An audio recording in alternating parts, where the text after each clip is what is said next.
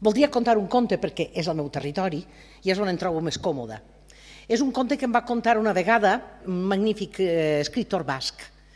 Es tracta d'una dona d'uns 40 anys, posem, que té una nena d'uns 5 anys, posem al seu costat, és la seva nena, i estan les dues mirant a l'horitzó. Estan repenjades en un fil ferrat, que és el d'un camp de concentració nazi. I per l'horitzó està passant un tren. La mare i la filla es miren passar aquell tren i la mare, plena de tristesa, va seguint el pas del tren i li diu a la petita: nena, jo et prometo que un dia o altre tu i jo agafarem aquest tren. I la nena diu: ah, sí, mama, per fer què? Per anar on? Diu: per anar a casa. Ah, el tren continua circulant. I diu: mama, i què és casa? Com que és casa? Reina, no te'n recordes del pare, que t'agafava en braços i te contava contes per dormir? Doncs, mare, jo no me'n recordo. I del iaio que li estiraves els pèls del nas i que et cantava cançons? No, mama, jo això no me'n recordo. Clar, la mare li agafa una enorme tristesa. I a tot això que el tren ja ha acabat de seguir tota la volta de l'horitzó. I la mare s'ha quedat com pensarosa en les paraules de la filla i en el tren que passa. I la veueta de la nena li pregunta: mama, en casa hi ha policies? Diu: no, reina, no, en casa no hi ha policies.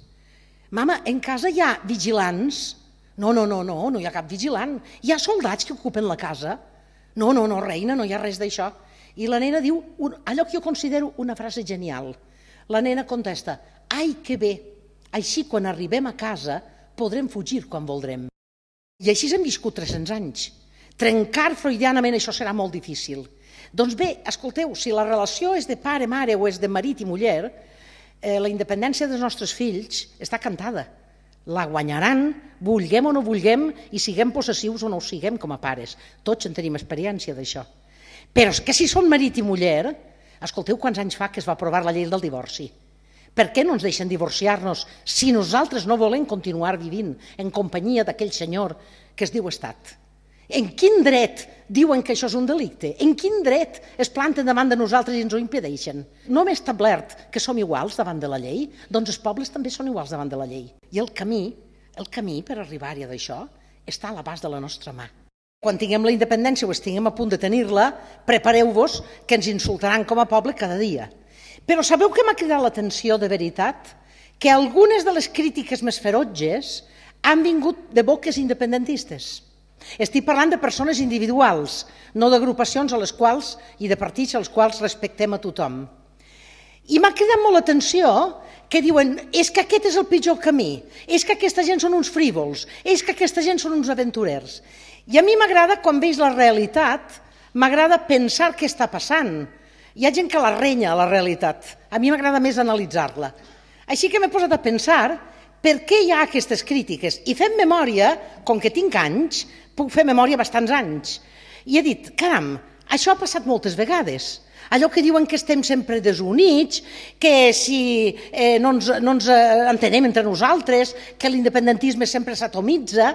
I fins i tot recordo una pel·lícula genial que es diu La vida de Brian, que jo crec que els guionistes, els genials Monty Python, van estar en les cèl·lules clandestines del franquisme, veien com treballàvem, perquè ens fan la caricatura més absoluta. Si recordeu la pel·lícula sabeu de què estic parlant. Bé, i com que ho he analitzat, he arribat a la següent conclusió. Existeix una figura molt estesa entre l'independentisme, i espero que cap de nosaltres hi caiguem, que jo l'anomenaria l'independentista teòric. És aquell que adora l'independentisme i si convé surt al carrer a fer una manifestació i fa unes pintades i fa uns acudits i surt a la televisió i exalta tothom dient que sense la independència estem perduts. Aquesta gent entren en els blogs d'internet i són els que porten la veu cantant i són una gent molt abrandada. Però ai d'ells si algú vol posar en pràctica això tan vell que es diu independència. Ai si algú vol traduir en fets les idees. Ai si algú comença a posar en pràctica allò que han predicat pel carrer. Aleshores es diuen: així no, perquè clar, ells són més purs o senzillament és que tenen por.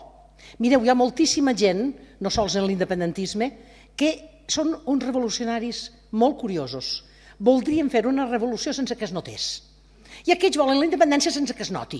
perquè així no pot ser. Aquell és frívol, aquell és ximplet, aquell és massa seriós, aquell té el nas que no m'agrada. És el vici que tenim no sols de la puresa que estava dient, sinó també el vici de no voler, és a dir, de no voler compartir el nostre programa en el de ningú, perquè el nostre és més pur. El nostre és més pur i per tant no el volem compartir.